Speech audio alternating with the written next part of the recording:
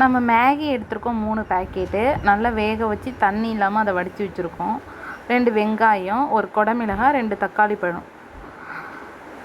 மேகியில் தண்ணியே இல்லை பாருங்கள். இப்போ என்ன பண்ணுறோம், வெங்காயம், தக்காளி, குடமிளகாய் 3 நம்ம கட் பண்ணி வச்சுருக்கோம். இப்போ நம்ம மேகி எப்படி செய்யலான்னு பார்க்கலாம். கடாயில் எண்ணெய் விடுறோம்.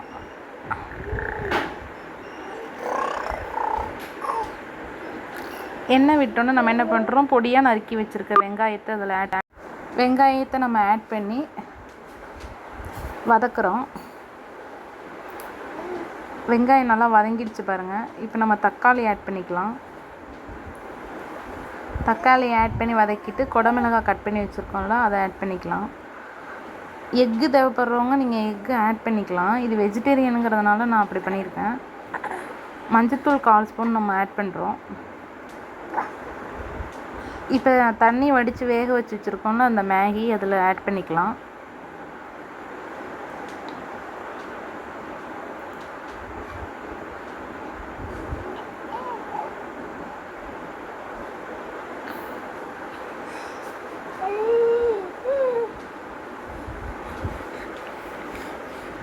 இப்போ இது சூப் செய்கிறதுக்கெலாம் போடுவாங்க. மேகிக்கு போட்டுக்கலாம்.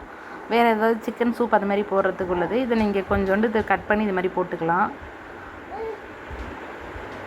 லைட்டாக தண்ணி தெளிக்கிறோம், ஊற்றக்கூடாது. மேகிக்கு லைட்டாக தெளிக்கிறோம், அவ்வளோதான்.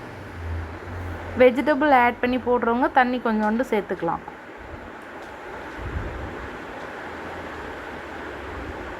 இங்கே பாருங்கள், இப்படி தான் மிக்ஸ் பண்ணணும். இப்போ நம்ம என்ன பண்ணுறோன்னா, மேகியில் இருக்கும்ல அந்த மேகி மசாலா பேக்கெட், அதை நம்ம இப்போ இதில் ஒன்று ஆட் பண்ண போகிறோம்.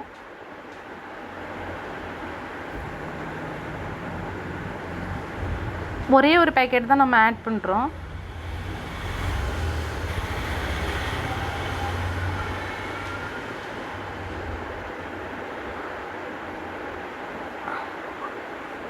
இது மாதிரி மிக்ஸ் பண்ணோன்னா சூடான சுவையான மேகி ரெடி.